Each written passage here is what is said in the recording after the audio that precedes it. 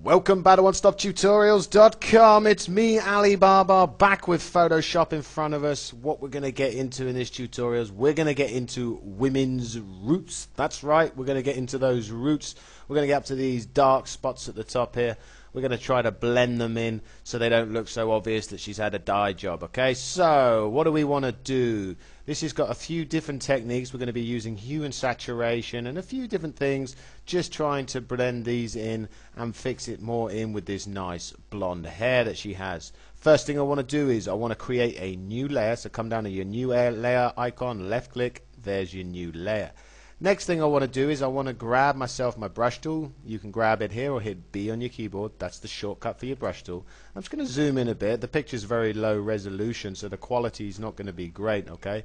So what I want to do is with my brush tool selected, if I hold down Alt or Option on my keyboard, you'll notice that your cursor changes to an eyedropper.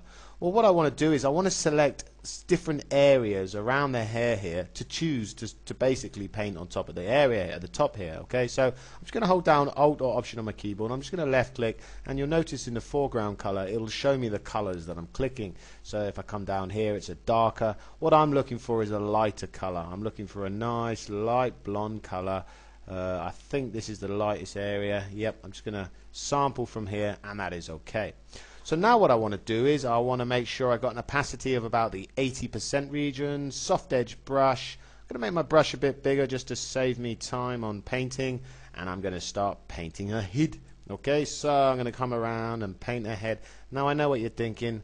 I know what you're really thinking. You're thinking, Ali, you've been living in Asia far too long. Your brain has become warped like a peanut. What are you doing? Please bear with me. This does have an ending. I hope so anyway, because this is live on YouTube. I'm going to look like a bit of a plonker if it doesn't. But all we want to do is carry on painting. Just paint her head. Now when you're using an opacity of, let's say, not 100%, sometimes you have to click a few times, go over a few times, just like you're doing painting of a house or something. Just want to apply a couple of different coats to it just to make it that bit thicker. And there we go. She looks like something out of an alien movie, but hey, like I said, it does have an ending. What I might do is grab the roots down. I might grab this darker area down here. We don't have to be too concerned about being messy painters. Again, we all know what to do. We got masks. We got a bit of everything happening where we can come in and edit this later. And there she is. Now what we want to do now is we want to actually apply a hue and saturation. Okay, so come down to your adjustment field, choose the little circle with a line through it, left click and choose hue and saturation. Now in CS4, hue and saturation will be at the top. In CS3 in the lower versions, just double left click on the icon, you'll get your hue and saturation. Now as we're dealing with yellows here, I want to go up to where it says master and I want to choose the yellow channels, okay?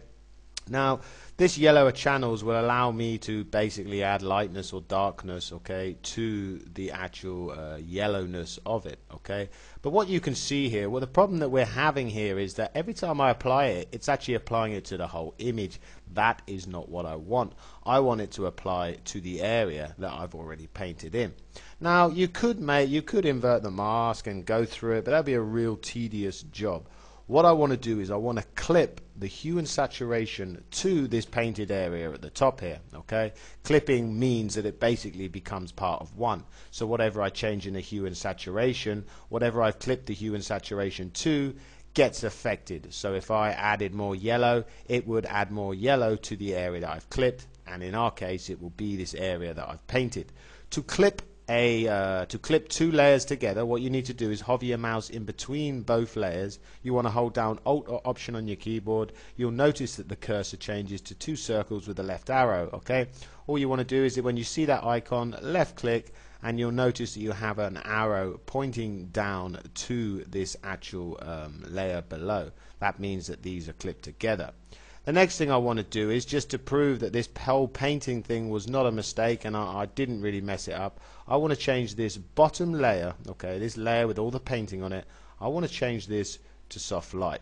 Now you'll notice automatically from, let me just show you before, there's before and now after. So you can see automatically just by that painted area that we added on and change that layer to a soft light, you'll notice that it's applied quite a good effect really. I mean, it's got rid of a lot of those dark roots.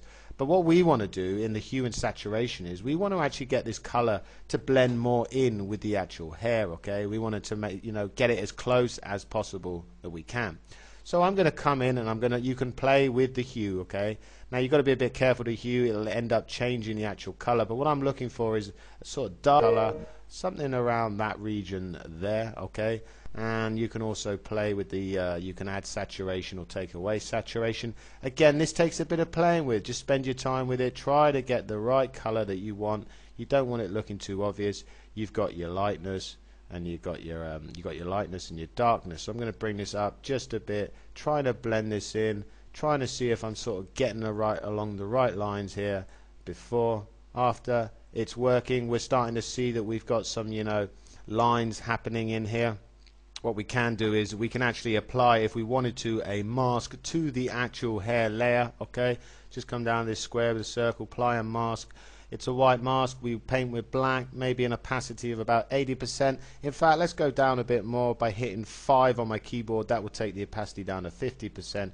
And what I can do is sort of just try to blend this in a bit more, so it's sort of looking like it all belongs to one. Again, coming into the hue and saturation, adding more lightness or darkness, playing around with these settings, and you will eventually get the look that you want. So you've learned a lot in this tutorial. You've learned how to paint on someone's roots, how to add a soft light blending mode, coming in with your hue and saturation, then clipping your hue and saturation. This technique is great. By clipping a hue and saturation to something that you've painted, makes it become one, which now means that you don't have to invert a mask and have to spend time going over and over it again.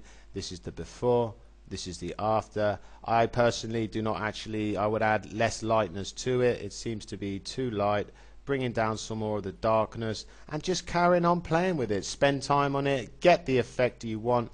You'll notice certain areas around the top here is actually coming out. Again, if you get that, grab your mask, grab your black, and just go up there and clean it up with your mask to blend it in to exactly what you want. Take it easy, guys and girls. Catch you at the next One Stop Tutorials. Any problems, please let me know. Subscribe to YouTube, check out my website, and I shall catch you guys and girls very, very soon. Take it easy, everyone.